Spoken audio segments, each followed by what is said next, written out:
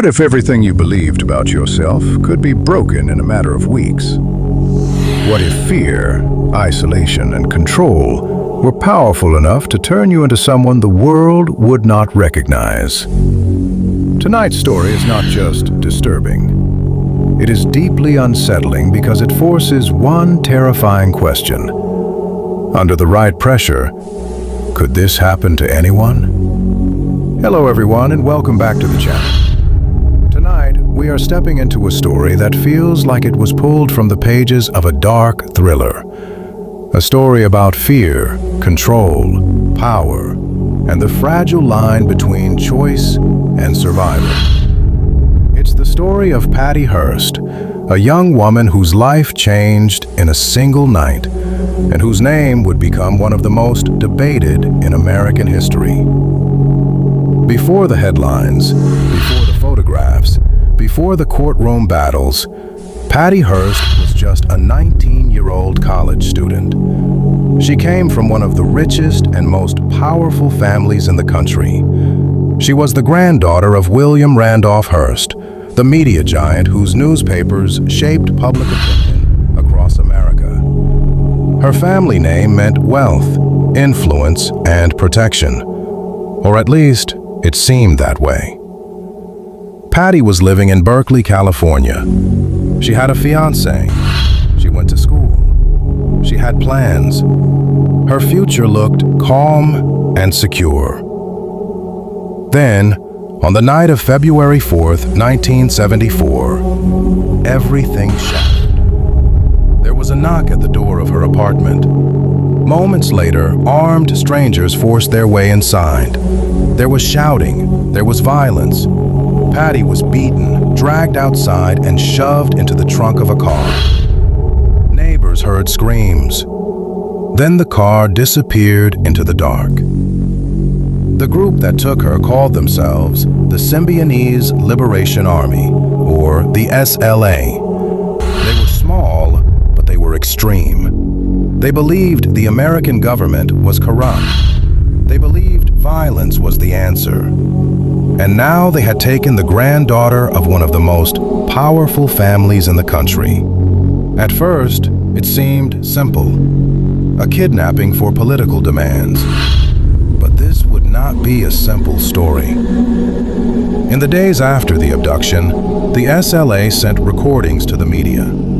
On those tapes was Patty's voice. Calm, controlled, almost distant. She said she was being treated well. She criticized her family. She spoke in support of the group. People were confused. Was she being forced to say these things? Was she reading from a script? Or had something already changed? Behind closed doors, according to later testimony, Patty was locked in a small closet. It was dark. She was blindfolded. She was tied up. She could not see who was speaking to her. She could not tell day from night. She heard lectures about revolution. She heard anger. She heard threats. She later said she was assaulted. She said she was terrified. She said she believed she would die. When someone is trapped like that, cut off from everything they know, something begins to shift. The mind looks for safety. The mind looks for any way to survive, even if that means agreeing, even if that means adapting. Survival can slowly blur into loyalty. Fear can slowly sound like belief. Weeks passed. Then came the moment that shocked the world. In April 1974, just 2 months after her kidnapping, surveillance cameras captured a scene that no one expected. A bank robbery. Armed members of the SLA stormed inside, and there, holding a rifle, was Patty Hearst. Not tied up, not hiding, standing with them. She had taken a new name, Tanya. The image spread everywhere. A young woman from one of America's richest richest families holding a weapon, helping rob a bank. It felt unreal. It felt impossible. The public reaction was immediate and fierce. Some said she had been brainwashed. Others said she had revealed her true beliefs. Was she still a hostage, or had she crossed a line? The SLA released more statements. Now Patty's voice sounded stronger, more committed. She spoke about revolution. She spoke against capitalism. She spoke against her own family. Was it fear? Was it loyalty? Was it survival? As months went on, Patty did not return home. She did not try to escape. She moved with the group. She helped plan. She drove getaway cars. She appeared in more crimes. The country watched in disbelief. Her family pleaded for her safe return. Law enforcement hunted the SLA. The media followed every rumor. The story became bigger than just a kidnapping. It became a national obsession. Newspapers printed her face almost daily. Talk shows argued about her guilt. Strangers formed opinions about her without ever knowing what she had endured. Every new photo, every new tape added another layer to the mystery and deepened the divide. Then, in May 1974, police surrounded a house in Los Angeles where several SLA members were hiding. A violent shootout followed. The house caught fire. Flames lit up the night sky as the country watched on live television. 6 members of the group died inside. But Patty was not there. She was still out there, somewhere. More than a year passed before she was finally found. In September 1975, FBI agents arrested her in San Francisco. She did not resist. The image of her arrest was different from the bank photo. No rifle, no raised fist. Just a young woman in handcuffs, surrounded by flashing cameras and armed agents. Her trial would become one of the most talked about court cases in the country. Her defense team argued that she had been brainwashed, that she had been abused, isolated, and controlled, that her actions were not free choices, but the result of fear and trauma. They pointed to what many people call Stockholm Syndrome, where a hostage begins to bond with captors as a survival response. The prosecution disagreed. They said she had chances to escape.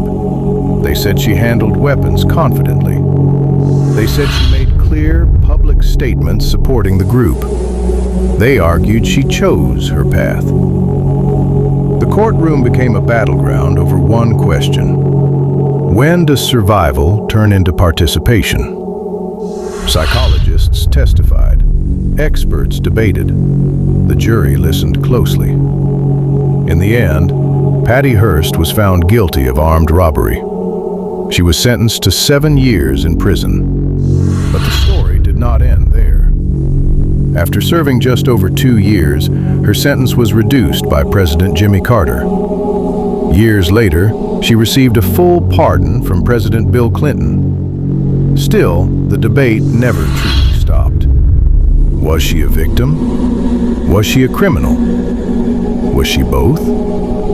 Some believe she was a terrified teenager who did what she had to do to stay alive. Others believe she made a choice and must be judged for it. What makes this story so unsettling is that it forces us to look at uncomfortable truths. What would you do if you were locked in a dark room for weeks? If your world shrank to just your captors? If agreeing felt safer than resisting? How strong is free will when fear takes over?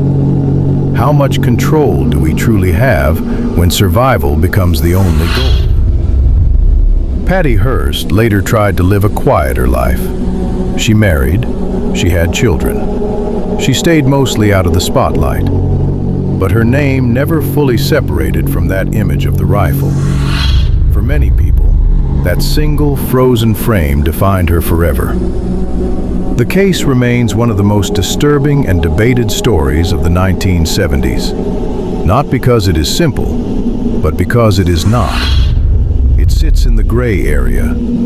It reminds us that people can change under pressure, that identity can bend, that fear can reshape reality. And maybe that is the creepiest part of all. This is not just a story about crime. It is a story about the mind, about how quickly safety can vanish, about how survival can blur the line between victim and participant, about how a single moment can split a life into before and after. When we look at that famous photo of Patty Hearst in the bank, we see more than a robbery. We see a question. Who was she in that moment? A hostage? A believer? A survivor? Or someone shaped by forces most of us will never fully understand? That question still lingers decades later, and that is why this story continues to haunt history. Thank you for joining me as we explored this dark and complicated chapter. If you found this deep dive engaging, make sure to like the video and subscribe for more stories that live in the shadows of history. Because sometimes, the scariest stories are the ones that really happened.